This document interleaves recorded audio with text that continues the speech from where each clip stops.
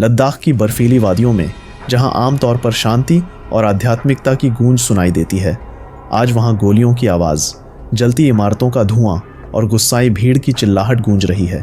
और इस पूरे तूफान के केंद्र में खड़े हैं एक शख्स, सोनम वांगचुक।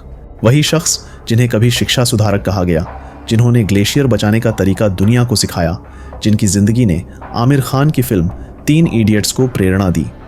आज वही शख्स देश की राजनीति में सबसे बड़ा सवाल बन गए हैं, हीरो या विलेन? क्या सोनम वांगचुक लोकतांत्रिक अधिकारों की आवाज़ उठा रहे हैं, या फिर वो सचमुच, जैसा कुछ लोग कहते हैं, बाहरी ताकतों के हाथ का खिलौना है?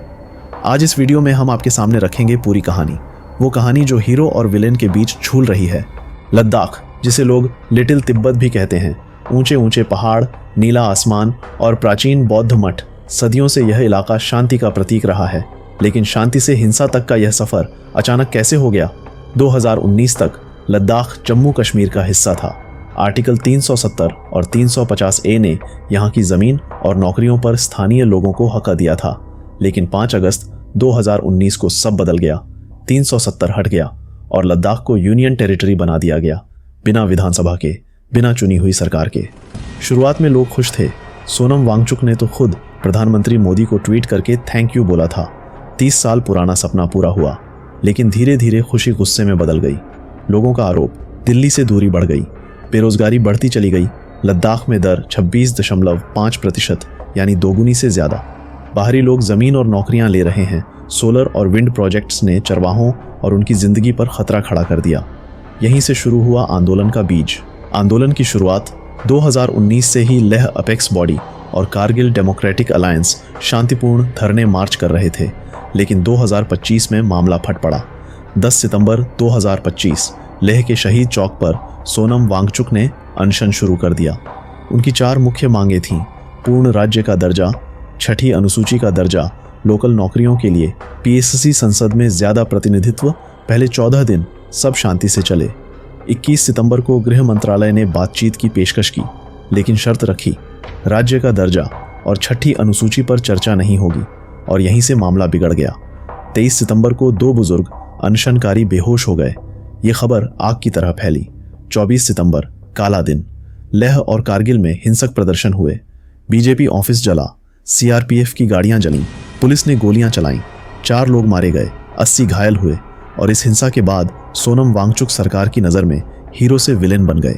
सोनम वांगचुक कौन है? सवाल आता है, आखिर ये शख्स है कौन?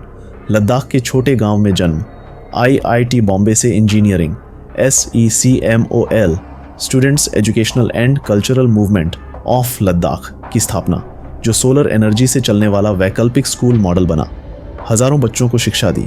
दुनिया भर में मशहूर आइस स्टूपा प्रोजेक्ट, बर्फ़ के टावर जो गर्मियों में पिघलकर पानी देते हैं, यानी योगदान ऐसा कि दुनिया उन्हें सलाम करती है। 2019 में उन्होंने बॉयकॉट चाइना कैंपेन भी चलाया था। लेकिन आज वही शख्स सरकार की नज़र में साजिश करता है। आरोपों की बौछार। अब आते हैं सरकार और राइट विंग के आरोपों पर। फॉरेन फंडिंग का मामला, FCRA वियोलेशन। आरोप कि उन्होंने विदेशी संगठनों से पैसा लिया। 3,50,000 रुपये का फंड खुद अपने FCRA खाते में डाला, जो नियमों के खिलाफ था। स्वीडन से 4,93,000 रुपये का फंड मिला। भड़काऊ बयान। गृह मंत्रालय का कहना है कि उन्होंने नेपाल, अरब स्प्रिंग, बांग्लादेश जैसे उदाहरण देकर युवाओं को उकसाया। विदेशी कनेक्शन। उनकी पाकिस्तान यात्रा की तस्वीरें वायरल हुईं। बांग्लादेश PM के साथ तस्वीरें निकलीं। इन्हें चीन पाक कनेक्शन के तौर पर प्रचारित किया गया। हिंसा के लिए जिम्मेदार। कहा गया कि उनके अनशन ने हीड को भड़काया और दंगे करवाए, यानी पूरा नैरेटिव, हीरो से विलेन तक। मांगें क्या हैं और क्यों? लेकिन असल सवाल यह है, क्या सोनम की मांगें वाकई गलत हैं? पूर्ण राज्य का दर्जा, अभी यूटी है, दिल्ली से कंट्रोल। स्टेट बनने पर लोकल सरकार फैसले करेगी। बेरोजगारी और लोकल इश्यू हल हो सकते हैं।